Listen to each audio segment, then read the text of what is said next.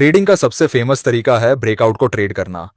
लेकिन आप ट्रेडर है तो आपको पता होगा कि इस ब्रेकआउट ट्रेडिंग के चक्कर में सबसे ज्यादा लॉस और सबसे ज्यादा धोखा होता है, क्योंकि चार्ट पर 90% ब्रेकआउट या ब्रेकडाउन फेक होते हैं। कई बार ऐसा होता है कि किसी ट्रेडर को ब्रेकआउट या ब्रेकडाउन दिखा, उसने ट्रेड मारा और प्राइस वहीं से उल्टा चल पड़ता है और ट्रेडर का लॉस हो जाता है।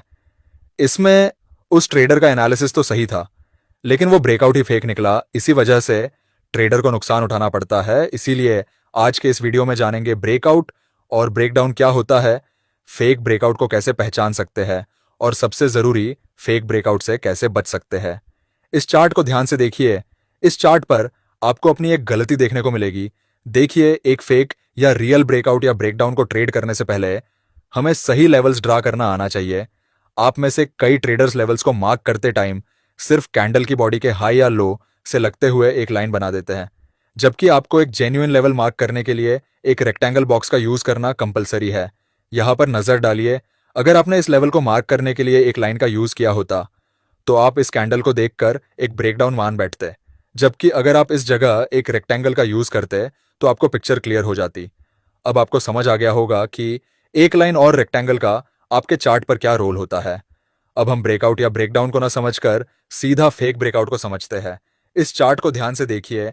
यहां पर एक हाई वॉल्यूम कैंडल से मार्केट ने ब्रेकआउट किया है। ज्यादातर 90% ट्रेडर्स को यह बताया जाता है कि प्राइस जब एक हाई वॉल्यूम ग्रीन कैंडल से ब्रेकआउट या ब्रेकडाउन करता है तो असली ब्रेकआउट हो सकता है। लेकिन इसके पीछे की साइकोलॉजी और कंडीशन शायद ही ज्यादा ट्रेडर जानते हैं।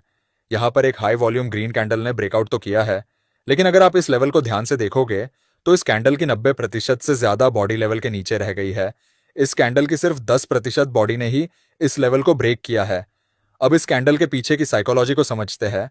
आपको शायद स्मार्ट मनी कॉन्सेप्ट तो अच्छे से आता होगा। स्मार्ट मनी कॉन्सेप्ट के हिसाब से इतनी बड़ी कैंडल सिर्फ इंस्टीट्यूशंस ही बना सकते हैं। असल में इस कैंडल की 10% बॉडी का इस लेवल को ब्रेकआउट करना यह भी हो सकता है कि स्मार्ट मनी ने इन स्विंग की लिक्विडिटी स्वीप करने के लिए हल्का सा कैंडल को लेवल के ऊपर क्लोज किया हो। अब इस कैंडल में स्मार्ट मनी ने एक तीर से दो निशाने लगाए, पहला जिससे यहां की लिक्विडिटी स्वीप की और दूसरी इस कैंडल से हल्का सा ब्रेकआउट दिखाकर बाइंग क्रिएट की, जिससे 90% ट्रेडर्स इसे रियल ब्रेकआउट मानकर यहां बाय करना शुरू करेंगे, जिससे स्मार्ट मनी को यहां से मार्केट को नीचे ले जाने के लिए सेल साइड लिक्विडिटी मिल गई है। तो जब भी आपको ब्रेकआउट वाली कैंडल की बॉडी लेवल के ऊपर कम निकली हुई हो हो सकता है स्मार्ट मनी के द्वारा फेक ब्रेकआउट क्रिएट किया गया हो। असली ब्रेकआउट में लेवल के ऊपर कितनी बॉडी क्लोज होने से ब्रेकआउट या ब्रेकडाउन असली हो सकता है, यह जानने से पहले इस चार्ट को ध्यान से देखिए। मार्केट ने तीसरी बार में एक रेड कैंडल से इस लेवल को ब्रेक किया है, तो हम इस लेवल को पहले स्विंग से लगते हुए दूसरे स्विंग की जो विक है उससे लगते हुए एक रेक्टेंगल बनाएंगे, जो एकदम सही तरीका होता है लेवल को डिफाइन करने का। इस कैंडल को देखिए। इस कैंडल ने अपनी बॉडी लेवल से करीब 60% नीचे क्लोज की है। क्या इसे एक असली ब्रेकडाउन मान सकते हैं? नहीं। अगर आप इस कैंडल के नीचे वाली विक को देखेंगे, यहां पर प्राइस ने रिजेक्शन किया है।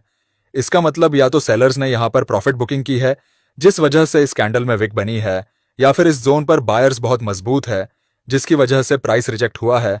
इस कैंडल में भी स्मार्ट मनी ने इनइक्वल स्विंग लो की लिक्विडिटी स्वीप की है, साथ ही यहां पर एक फेक ब्रेकडाउन दिखाकर सेलर्स को इनवाइट किया है। अब आते हैं सबसे जरूरी पॉइंट पर, असली ब्रेकआउट कैसे दिख सकता है। इस चार्ट को देखिए।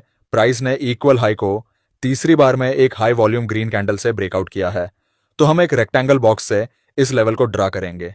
इस कैंडल की साइकोलॉजी और कंडीशन को एनालाइज करके इसे कैसे ट्रेड कर सकते हैं। अगर आप इस कैंडल को ध्यान से देखेंगे, इस कैंडल की बॉडी लेवल से करीब 60 या 70% ऊपर क्लोज हुई है। ये तो हो गई कंडीशन। अब हम इस कैंडल की साइकोलॉजी को देखते हैं कि ये कैंडल ट्रैप है या रियल ब्रेकआउट। अगर इस कैंडल को स्मार्ट मनी ने बनाया होता तो स्मार्ट मनी 90% ट्रेडर्स को लालच देने के लिए इस कैंडल की बॉडी को इस लेवल के ऊपर सिर्फ 10 या 20% ऊपर बंद करके ट्रैप कर सकते थे, क्योंकि अगर स्मार्ट मनी इस कैंडल को 60 या 70% ऊपर निकालकर जाल बिछाएंगे तो स्मार्ट मनी का एक्स्ट्रा हेजिंग फंड लग सकता है और साथ ही इतनी बड़ी कैंडल में रिटेल ट्रेडर्स भी प्रॉफिट बना सकते हैं। लेकिन हम अभी इसे पक्का ब्रेकआउट नहीं मान सकते, हमें और कंफर्मेशन चाहिए। तो देखिए, इस कैंडल को देखकर और यहां पर रेजिस्टेंस मानकर रिटेल ट्रेडर्स सेल करेंगे, लेकिन हमने देखा कि इस कैंडल में एक एफवीजी गैप बना जिसे फील करने मार्केट नीचे गया। अब यहां पर जिस किसी ने भी सेल किया उन सभी के स्टॉप लॉस यहां मौजूद हो गए हैं। अब मार्केट एक हाई वॉल्यूम ग्रीन कैंडल से ब्रेकआउट करता है, जिसकी बॉडी 60 से 70% इस लेवल के ऊपर क्लोज हुई है। अब हम इसके बाद एक और ग्रीन कैंडल का वेट करेंगे। अब आप देख सकते हैं इस कैंडल के बाद एक और कैंडल उसी डायरेक्शन में जाने का सिग्नल दे रही है, तो हमें 3 कंफर्मेशन मिले तो हम यहां बाय कर सकते हैं। अब आप देख सकते हैं प्राइस कितनी तेजी से ऊपर गया। मार्केट किसी ब्रेकआउट को रिटेस्ट करेगा या नहीं, ये कैसे पता कर सकते हैं? ये जानने से पहले एक और एग्जाम्पल देख लेते हैं। इस चार्ट को ध्यान से देखिए। मार्केट ने तीसरी बार में इस इक्वल स्विंग लो को नीचे की ओर ब्रेक किया है, तो हम यहां एक रेक्टेंगल बॉक्स मार्क करेंगे। ब्रेकडाउन वाली कैंडल इस लेवल से 60 या 70% नीचे क्लोज हुई है। अब आप ध्यान से देखोगे तो इस कैंडल में बायर्स और सेलर्स के बीच जमकर लड़ाई हुई थी, जिसका नतीजा कुछ भी नहीं निकला और कैंडल की बॉडी के दोनों साइड लंबी लंबी विक बनी है और बीच में कैंडल की बहुत छोटी सी बॉडी बची है। माना यह जाता है जब भी ऐसी कैंडल चार्ट पर बने तो उस कैंडल का हाई और लो मार्क करके वेट करें और जिस ओर प्राइस ब्रेकआउट दे उस ओर ट्रेड प्लान कर सकते हैं।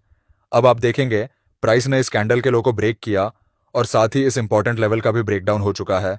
हमें 2 कंफर्मेशन मिल चुके हैं, तो हम यहां सेल साइड ट्रेड प्लान कर सकते हैं। अब आप देख सकते हैं प्राइस कितनी बड़ी कैंडल बनाकर नीचे गिर गया।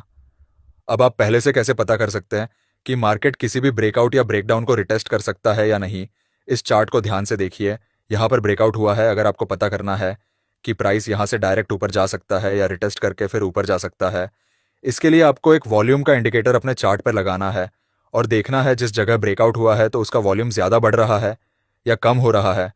अगर वॉल्यूम ब्रेकआउट के साथ बढ़ता है तो रिटेस्ट होने के चांस कम हो सकते हैं, और अगर ब्रेकआउट के बाद वॉल्यूम धीरे धीरे नीचे गिरने लगे तो समझ जाना कि मार्केट रिटेस्ट करने नीचे आ सकता है।